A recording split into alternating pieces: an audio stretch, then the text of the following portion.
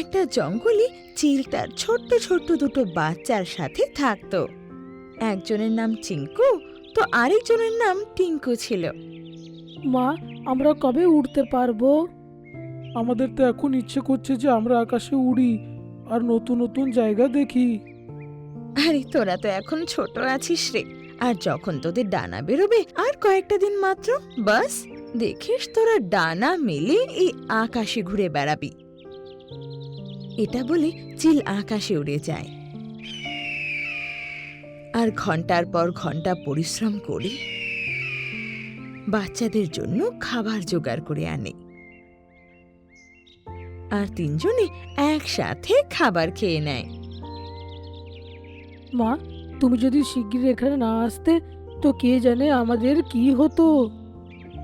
আরে সোনারা, খাবার খোঁজা খুব কঠিন কাজ রে, বড় হলে তোরাও জানতে পারবি। ওই চিলের রোজ একই কাজ ছিল, পরিশ্রম করে নিজের আর নিজের বাচ্চাদের জন্য খাবার জোগাড় করা, আর সেটা বাচ্চাদের খাইয়েও ও খুব তৃপ্তি পেত। এভাবে সময় কাটতে লাগে আর ধীরে ধীরে চিঙ্কু টিঙ্কুরি ডানা গজিয়ে আসে। মা, আমরা তো উড়তে পারবো, তাই না? হ্যাঁ, তা তো মনে হচ্ছে। চ এবার উড়ে দেখি আমরা। এটা বলতে না বলতেই দুজনে সেই ডাল থেকে একসাথে লাফ দিয়ে দেয় আর ডানা ঝাপটাতে ঝাপটাতে আকাশে উড়ে যায়। এদিকে চিল মা বাচ্চাদের উড়তে দেখে খুব খুশি হয়। তারপর ওদেরকে ডেকে বলে, সোনারা, এই বয়সেও আমাদের তিনজনের জন্য খাবার নিয়ে আসি, খুব কষ্ট হয়।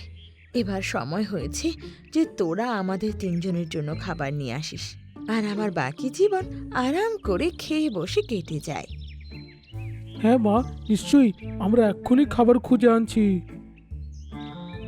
এটা বলে দুজনে আকাশে উড়ে যায় আর চিল মা ওদেরকে দেখে খুব খুশি হয়। দাদা চল, প্রথমে কালো পাহাড়ে আমরা আজকে যাব, ওর ব্যাপারে অনেক শুনেছি আমরা। হ্যাঁ চল যাই। দুজনে কালী পাহাড়ি যায় আর সেখানে খুব আনন্দ করে। তারপরে ওরা পুকুরে পৌঁছায় আর সেখানে আনন্দ করে সময় কাটিয়ে দেয়। আর সন্ধেবেলায় এদিক ওদিক ঘুরে ঘুরে শেষমেশ নিজের বাসায় ফিরে আসে। চিলদের খালি হাতে দেখে প্রশ্ন করে, সোনারা, তোদের তো খাবার আনার কথা না, তো তোরা খালি হাতে চলে এলি যে? মা, আমরা খাবার খুঁজতে অনেক পরিশ্রম করেছি, কিন্তু কিছু খুঁজে পাইনি। এটা কি করে সম্ভব হলো? এটাই হয়েছে মা, আর এখন তো খুব খারাপ অবস্থা। আমার তো মনে হয় আমাদেরকে ক্ষুধার্ত ঘুমাতে হবে। এটা শুনে চিলের খুব চিন্তা হলো। এটা বলিস না সোনারা, একটা মা বেঁচে থাকতে তার বাচ্চারা কখনো না খেয়ে থাকবে না। আর বলি সঙ্গে সঙ্গে আকাশে উড়ে যায় খাবার খুঁজতে। কি জানে মার কত সময় লাগবে, খুব জোর খিদে পেয়েছে রে ভাই। আরে এসে যাবে দাদা, একটু ধৈর্য ধর না তুই। চিল বেচারি অনেক কষ্ট করে খাবার জোগাড় করে আনে, আর যেই ওদের সামনে খাবার রাখে অমনি ওরা খাবার সাবার করে দেয়। চিল নিজের বাচ্চাদের খেতে দেখে খুব খুশি হয় আর খাবার খেয়ে দুজনে শুয়ে পড়ে। আর পরের দিন আবার বেরিয়ে পড়ে। আজকেও সারাদিন ঘুরে ফিরে খালি হাতেই বাসায় ফিরে আসে। মা চিল তার বাচ্চাদের খিদে দেখে খুব চিন্তায় পড়ে যায়। আর অনেকক্ষণ পরিশ্রমের পরে বাচ্চাদের জন্য খাবার জোগাড় করে আনে। কিন্তু তৃতীয় দিনও একই জিনিস ঘটলে চিলের মাথা গরম হয়। ওর মনে হয় যে ওর বাচ্চারা হয়তো ওর অসুবিধা বুঝতে পারছে না। তাই ও পরের দিন ওদের যাওয়ার পর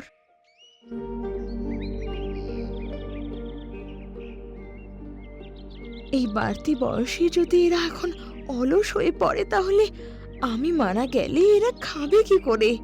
এটা ভেবে ভেবেই তো আমার মাথা খারাপ হচ্ছে। কিছুক্ষণ পর যখন টিঙ্কু চিঙ্কু এদিক ওদিক ঘুরে বাসায় ফেরে আর নিজের মাকে বাসায় না দেখতে পেয়ে চিন্তায় পড়ে যায়। ওরা নিজের বাসার পাশে মিঠু, টিয়া পাখি আর একটা কালো কাক দেখতে পায়। মিঠু কাকু, তুমি আমার মাকে দেখেছো? কি জানে কোথায় গেল? সে যদি না থাকে তো আমাদের জন্য খাবার ব্যবস্থা কে করবে? আমাদের তো খুব খিদে পেয়েছে। সে এখন এমন জায়গায় চলে গেছে আর কোনোদিনও ফিরে আসবে না। আমরা বুঝলাম না মিঠু কাকু, তোমার মানেটা কি?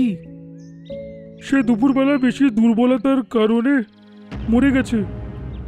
এ আপনি কি বলছেন কাকু? এটা কি করে হতে পারে? তোদের মতন উজবুক বাচ্চা হলে এটা হতেই পারে। এত বড় হওয়ার পরে তার থেকে খাবার আনাতিস। বেচারি রাতের বেলায় খাবার খুঁজতে বেরিয়ে যেত, তোদেরকে খাওয়াতো কিন্তু নিজে না খেয়ে থাকতো। এরকম রোজ করার কারণে তার দুর্বলতা বেড়ে গেল আর আজকে দুপুরবেলা মরে গেল। তাকে পুঁতে আমরা এখানে আসছি। এটা শুনে টিঙ্কু চিঙ্কুর খুব কষ্ট হয় আর ওরা নিজের ভুল বুঝতে পারে। ওদের চোখ দিয়ে জল বেরিয়ে আসে। আমরা দুজনে কত খারাপ, আমাদের জন্য মা মরে গেল আজকে। সে একলা আমাদের দুজনের জন্য খাবার জোগাড় করতো আর আমরা দুজন তার জন্য খাবার জোগাড় করতাম না। এরকম বাচ্চা হওয়ার থেকে না হওয়া ভালো। কি লজ্জা লাগা দরকার। এখন লজ্জিত হয়ে এখানে বসে থাকো, আমরা এখন চললাম। ভগবান এরকম বাচ্চা যেন কাউকেই না দেয়। এটা বলে ওরা চলে তো যায়, কিন্তু এই কথায় তাদের দুজনের মনে খুব কষ্ট হয়। পুরো রাত ওরা কাঁদতে লাগে। আর সকাল হতে যেই খিদে লাগে অমনি ওরা উড়ে যায়। আজকে যেন ওরা আনন্দের মুডে ছিলই না, শুধু খাবারের খোঁজে। ভাই, কতক্ষণ হয়ে গেল কিন্তু খাবার পেলাম না। মা এই অবস্থায় যদি দেখতো কত তাড়াতাড়ি খাবার খুঁজে আনতো আমাদের জন্যে, কিন্তু আমরা তো কিছুই পাচ্ছি না। দুজনের চোখে আবার জল ছলকে ওঠে। সন্ধে হতে হতে ওরা খাবার জোগাড় করে নেয় আর বাসার দিকে ফিরে আসে। কিন্তু বাসায় আসতেই ওদের আবার মায়ের কথা মনে পড়ে। ভাই, তুই খাবার আরম্ভ করছিস না কেন? তুই তো ক্ষুধার্ত ছিলিস। তুমি খেয়ে নাও দাদা, আমার খাবার একদম ইচ্ছে করছে না। মা যদি এখানে থাকতো তার সাথে মিলেমিশে বসে আমরা এখানে খেতাম। হ্যাঁ ভাই, আমারও এখন একদমই ইচ্ছে করছে না এখানে আর খেতে। তখনই ওদের চিলমা সেখানে চলে আসে আর দুই বাচ্চাকে দেখে হাসতে লাগে। মাকে দেখতেই দুজনে দৌড়ে যায় আর গলায় জড়িয়ে ধরে। মা, তুমি বেঁচে আছো? আমাদেরকে একলা ছেড়ে কেন চলে গেছিলে তুমি? হ্যাঁ সোনারা, আমি বেঁচে আছি, কিন্তু তোদের শিক্ষা দেওয়ার জন্য এটা করতে হলো আমায়। না মা, তুমি একদম ঠিক করেছো আমাদেরকে শিক্ষা দেওয়ার জন্যে, না হলে আমরা কোনোদিনও এটা বুঝতে পারতাম না। আর আজকে তুমি আগে খাবে, তারপর আমরা খাবো। এটা শুনে মা চিলের চোখে জল চলে আসে। আরও খাওয়া শুরু করে। তোরাও খাওয়া শুরু কর না, বাচ্চারা না খেয়ে থাকলে মা কি করে খায় একা। এবার চিঙ্কু টিঙ্কুও খাওয়া শুরু করে দেয়। আজকে ওরা মাকে ফেরত পেয়ে দুজনে খুব খুশি ছিল। তখনই সেখানে মিঠু, চিড়িয়া আর কাক চলে আসে আর তিনজনকে দেখে হাসতে লাগে, কারণ ওরাও তো সেই চিল মায়ের প্ল্যানের একটা অংশ ছিল। সেদিন থেকে চিঙ্কু আর টিঙ্কু নিজেদের দায়িত্ব বুঝতে লাগে আর মাকে ওরা আরো বেশি ভালোবাসতে লাগে। এরপর থেকে ওরা রোজ নিজেদের জন্য আর মায়ের জন্য খাবার নিয়ে আসতে লাগে আর তিনজনে মিলে মজা করে খেতে লাগে।